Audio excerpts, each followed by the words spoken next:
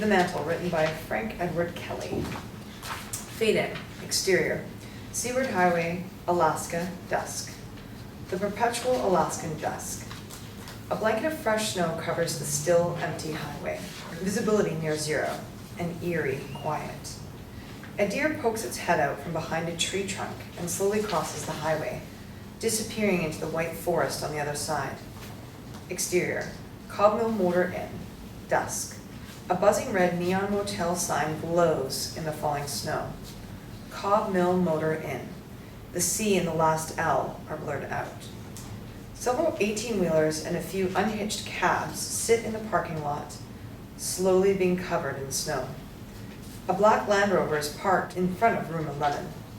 A dull light glows from within one of the rooms, dimmed by dirty, tobacco-stained curtains. Interior, cabin. Somewhere else, day. Orange beams of sunlight cut through the dusty air of a small cobwebbed cabin. Theron White, 38, wearing a neatly pressed black suit, sinks into a plush sofa chair. Dustless squares, where pictures once hung, cover the walls. Theron stares blankly at his reflection on the screen of a TV that is not on. Twisted laughter, not human. The laughter grows louder. Theron rises from the sofa and walks towards the rear of the cabin. A scream, definitely human. Theron's pace quickens, down a hallway, through a kitchen, to a screen door leading outside to the back porch. The laughter is thunderous now, as are the screams. Save the baby! Save the baby! Theron yanks at the screen door. Locked, he flips the latch, but it still won't budge. Just beyond the porch, a hyena slinks by. A small human baby dangles from its jaws. The animals turn to Theron and laughs. Save the baby! Save the baby! The hyena disappears from the far side of the porch. Theron shakes the door violently. A pack of hyenas are huddled in the far corner of the yard. They climb over one another, voraciously trying to get at something cowering in the corner. One of the hyenas turns and stares at Theron. Its eyes white as snow. It grins, baring razor-sharp teeth. Theron screams and suddenly finds himself on the other side of the screen door, which now swings open behind him, rhythmically slamming into its jamb. Exterior, cabin, yard, day. Theron inches towards a squirming mountain of hyenas. A woman cowers beneath the furry mountain, her clothes ripped and bloody. She stares at Theron with forlorn eyes, her skin torn. Crimson tears streak her pale face. She stretches out a mangled hand. Did you save the baby? The snarling hyenas pounce on her. Sickening screams and laughter echo. Interior. Cobmill Motor Inn, room 11, dusk. Theron jumps from his nightmare amidst a paper and book-cluttered desk. Dressed in a wrinkled black suit, no tie, his shirt buttoned halfway down. He gazes around the room for a moment, lost, and rests his head in his hands. His face is worn, tired, eyes swollen. The small room is illuminated by a single dull lamp and the flickering blue light of a television. He falls back into the pillow and overglances at the clock radio. 6:41 p.m. A paint-chipped ceiling fan wobbles as it spins, its long, dangling chain swaying like a pendulum. On the television, A massive snowstorm that pounded this area on Sunday, severely restricting travel on the roads, has now shut down airports and confined millions to their homes. The snow-moving blizzard is poised to fulfill forecasts as a record-setting storm with the worst yet to come. interior, Cobmill Motor Inn, room 11, bathroom, dusk. The shade of a small window is half drawn, bunched up in one corner, angled like the blade of a guillotine. Theron splashes water over his exhausted face, staring at his reflection for a prolonged moment in the bathroom mirror. He and his pale reflection disappears as he kicks the door shut. Exterior, Seaward Highway, day, dusk. A small group of deer watch Theron's truck slowly pass in front of them, leaving behind a white cloud. On the radio, A massive snowstorm that pounded the area on Sunday, severely restricting travel on the roads, has shut down airports and confined millions to their homes. The snow-moving blizzard is poised to fulfill forecasts as a record-setting storm with the worst yet to come. exterior, Seaward Highway, night, dusk. Theron's rover creeps alone down the highway through the howling blizzard. The splashing gray waters of the Turnagain Arm Inlet occasionally peek through the white tempest. Exterior, Seaward Highway, outside, Girdwood. Night, dusk. In the rover moving. Theron's truck comes to a crawl as he approaches a group of red lights illuminating the snowfall down the road.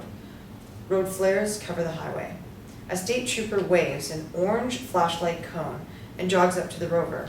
Theron rolls the window down. Evening, sir. I'm afraid I've got to ask you to turn on around. What happened? Avalanche. 2 of them, about a mile apart. Theron flashes his FBI credentials. Any way at all I can sneak around? I need to get to Anchorage. Wish I could help you, sir, but the snow is down 30 feet into the inlet. Nothing's getting through for a while. Probably best to head back where you came from and sit tight. How long do you think till they'll have it cleared? They're gonna have to blast them. Could be a couple of days. Can't really do much till this son of a bitch blows through anyhow.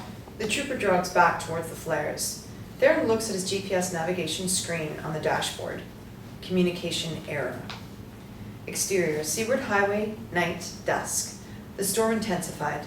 Gusts of winds rattle the windows of Theron's rover as he crawls along the desolate highway. Through the swirling snow, he makes out a sign at the entrance to a small road leading off to the pines. Hope Falls, 11 miles. Theron takes the turn, his back tires skidding a bit as he does. Exterior, road to Hope Falls, night, dusk. In the rover moving. As Theron crawls down the narrow road, the foreboding weather report echoes on the radio. A massive snowstorm that pounded the area on Sunday is severely restricting travel on the roads, has shut down airports and confined millions of people to their homes. The snow-moving blizzard is poised. Annoyed, Theron shuts off the radio. The tires hit a slick sheet of ice and the steering wheel spins out of his hands. He tries to correct, but the ice pulls the rover off the side of the road. Tree branches slap at the windshield as the car bounces down a small embankment, finally coming to rest in a snowbank a few yards down from the main road. Theron slams his fists on the steering wheel. Exterior, road to Hope Falls, night, dusk. Theron trudges through the silent storm on foot, his coat pulled up tight around his ears. 2 deer peek out through the woods, watching him pass. Through the blustering snow, the dark shapes of a small cluster of buildings form ahead. Snow is piled up against a small handcrafted sign. Welcome to Hope Falls. Exterior, Hope Falls, night, dusk. Theron walks down the short main road of the seemingly deserted small town. A small cluster of houses and businesses dot the pine tree gorges and valleys, above to the left and below to the right on the road. A warm glow emanates from the quaint 2-story home nestled just off the road. A sign on the edge of the property, Nina's Bed and Breakfast. Theron scurries up to the porch, shaking the caked snow off his coat, and rings the bell. He tries to peer inside, but the curtains are all drawn. He rings the bell again. The door clicks and opens. Nina, 73, stands in the doorway, short and round, with long gray hair tied up in a bun. A little too much makeup on her round face. May I help you? My car ran off the road a mile or so down the road and I was... Oh my goodness, come inside, come inside. You must be freezing. Are you hurt at all, love? No. A dangling bell in the shape of an angel from the front door rings as Theron steps inside. Interior, Nina's Bed and Breakfast, continuous. A pretty home converted into a bed and breakfast. Red velvet curtains hang over every window. A fireplace snaps and crackles in the living room.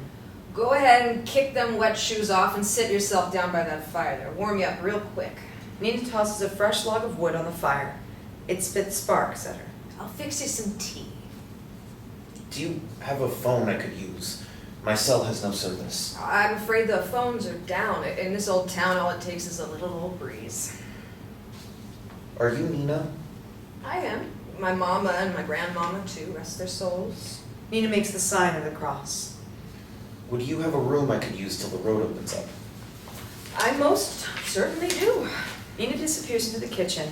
Theron lays his bag down and rubs his hands together before the fireplace, trying to get feeling in them again.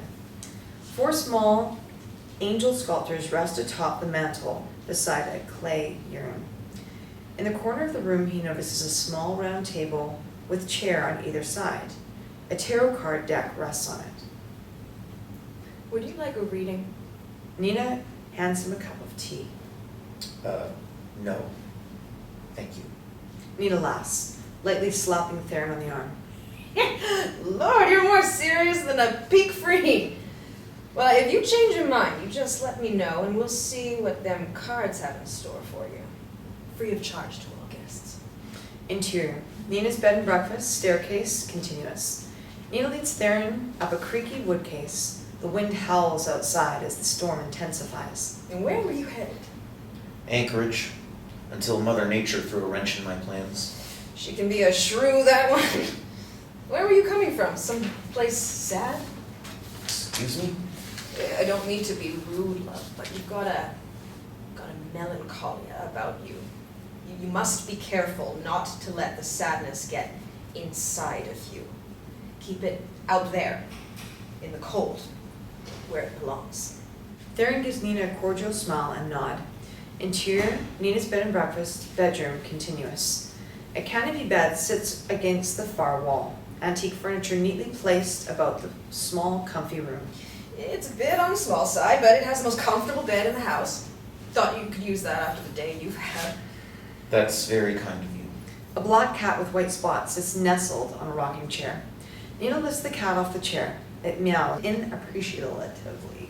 Come on, Chaos, let's leave Mr. White to his business. He's no bother. I used to have a cat myself. Looks a lot like him, in fact. Theron pets Chaos. It purrs. Did I tell you my name? You only said Mr. White. Didn't catch your first name, though. Theron nods. Suspect. Theron.